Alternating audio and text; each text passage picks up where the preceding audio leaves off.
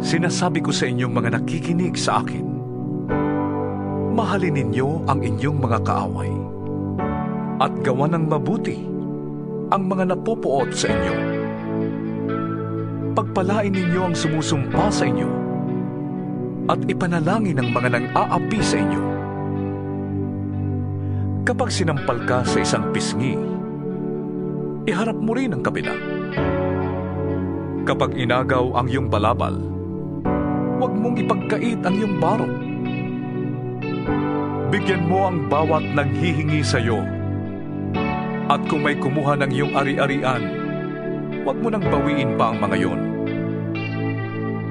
Gawin ninyo sa iba ang ibig ninyong gawin nila sa inyo.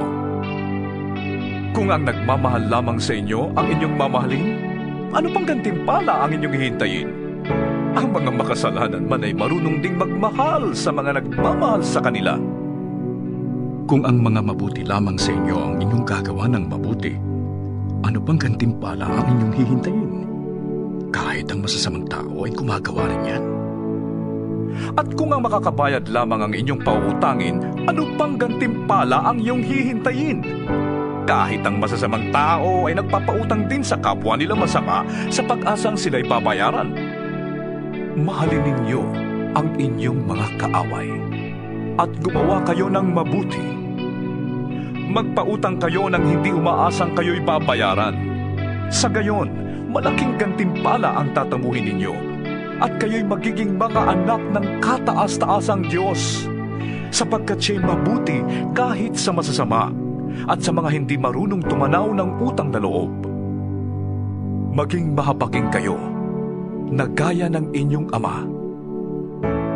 Huwag kayong humatol at hindi kayo hahatulan.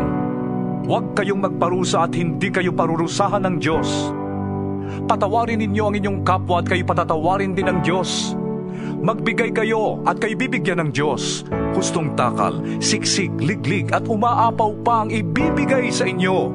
Sapagkat ang panukat na ginagamit ninyo sa iba ay siya ring gagamitin ng Diyos sa inyo. Maaari kayang mag-akay ang bulag ng kapwa bulag. Pareho silang mahuhulog sa hukay kapag ginawa nila ang ganon. Walang alagad na nakakahigit sa kanyang guro. Ngunit kapag lubusang naturuan, ang alagad ay makakatulad ng kanyang guro. Bakit mo napapansin ang puwing ng iyong kapatid? Ngunit hindi mo nakikita ang troso sa iyong mata. Paano mong masasabi sa iyong kapatid, "Kapatid, hayaan mong alisin ko ang iyong puwing," gayong hindi mo nakikita ang trosong nasa iyong mata? Mapagkunwari. Alisin mo muna ang troso sa iyong mata nang makakita kang mabuti. Sa gayon, maalis mo na ang puwing ng iyong kapatid. Walang mabuting punong kahoy ang namumunga ng masama, at wala ring masamang puno ang namumunga ng mabuti. Nakikilala ang bawat puno sa pamamagitan ng kanilang bunga, sapagkat hindi nakakapitas ng igos sa matitinik na halaman o ng ubas sa mga dawag.